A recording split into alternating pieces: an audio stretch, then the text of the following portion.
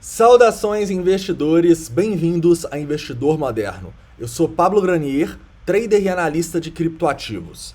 Agora o Bitcoin cotado a 9.531 dólares. E meu objetivo no vídeo de hoje vai ser fazer uma atualização técnica rápida do Bitcoin, além de abordar um pouco da dominância e explicar para vocês, a partir de uma análise de sentimento, o que acontece com o preço quando, por exemplo, ele tem essas manipulações, perde um fundo e já volta. Vou mostrar para vocês o que as baleias estão fazendo nesses pontos e também o que as sardinhas acabam fazendo e acabam perdendo dinheiro. Correto? Então, antes de começar, não esquece de deixar o like, se inscrever caso não seja inscrito e deixar todas as dúvidas, críticas, sugestões nos comentários. Antes do vídeo, um aviso. Investidores, hoje eu vou postar um vídeo atualizando as altcoins para vocês, tá? Não vai ter live, pois eu acordei de novo com a garganta meio ruim, então eu não vou poder ir no escritório e ter todo o aparato para fazer a live. Porém, eu vou postar um vídeo com todos os pedidos de altcoins que vocês falaram. Beleza? Então vamos começar aqui lembrando a análise técnica do Bitcoin no 4 horas, né? Investidores, no 4 horas o Bitcoin está num triângulo simétrico e tem mais suporte abaixo do que resistência acima. Então eu acredito sim que eventualmente nós vamos romper esse triângulo simétrico para cima, tá? Eu acho que com certeza essa é a maior probabilidade. Porém, caso rompamos ele para baixo e vamos abaixo dos 8.700, seria um péssimo sinal para o preço que poderia levar a gente a uma correção muito forte, tá? Uma correção, quem sabe, para chegar nos 7.000 dólares. Então, sem dúvidas, o Bitcoin não pode perder esse ponto aqui. E eu acho, assim, que a maior probabilidade nesse momento é de não perder, já que a gente está com mais suporte abaixo e estamos num triângulo simétrico depois de uma tendência de alta, que a maior probabilidade é romper para cima.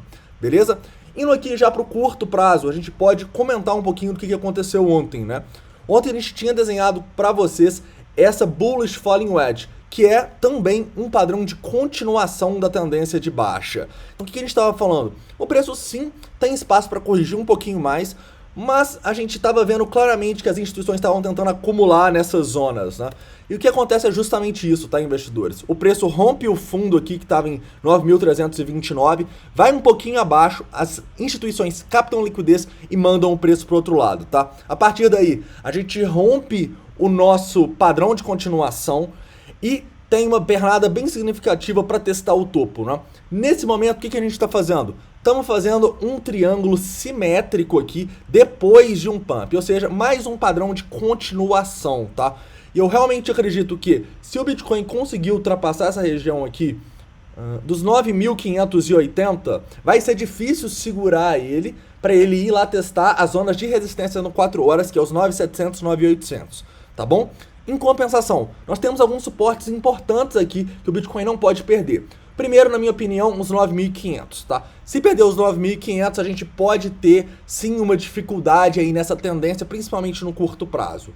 Porém, enquanto não perder os 9.400, eu enxergo, sim, o Bitcoin numa maior probabilidade de continuar essa alta, igual ontem, né? Ontem a gente falou dessa possibilidade de correção aqui, mas que ia acontecer uma acumulação provavelmente, e a maior probabilidade era de alta. Continua assim, tá? Se perder os 9.400, aí a gente pode ir lá testar os 9.200, 9.100, pontos mais abaixo. Enquanto isso não acontecer, eu acho improvável, tá?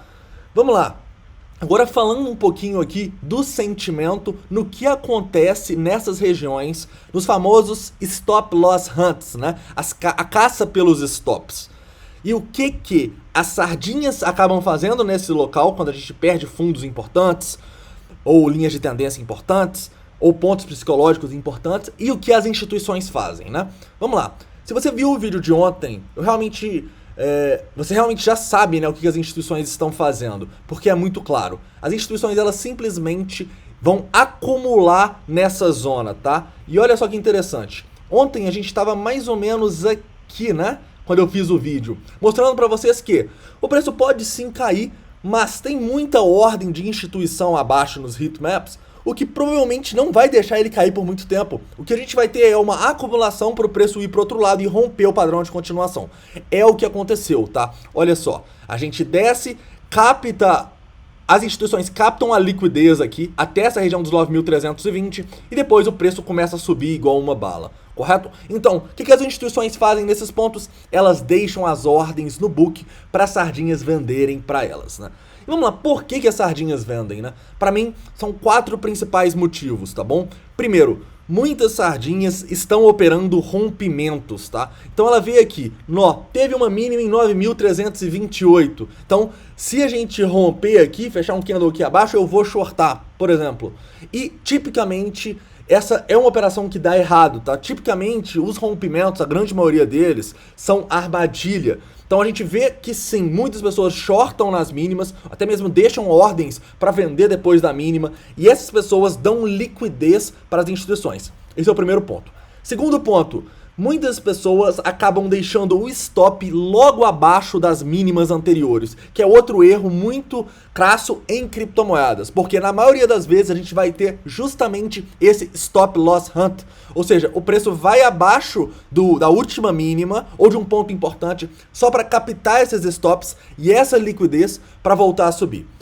A mesma teoria também se aplica a liquidações, tá? Muitas pessoas abrem posições com liquidações com stops da liquidação abaixo do fundo. Então, quando o preço vai lá, os 3 primeiros pontos que as sardinhas cometem shortam no fundo, achando que é um rompimento, são estopadas e liquidadas, correto? Isso aí dá liquidez para as instituições.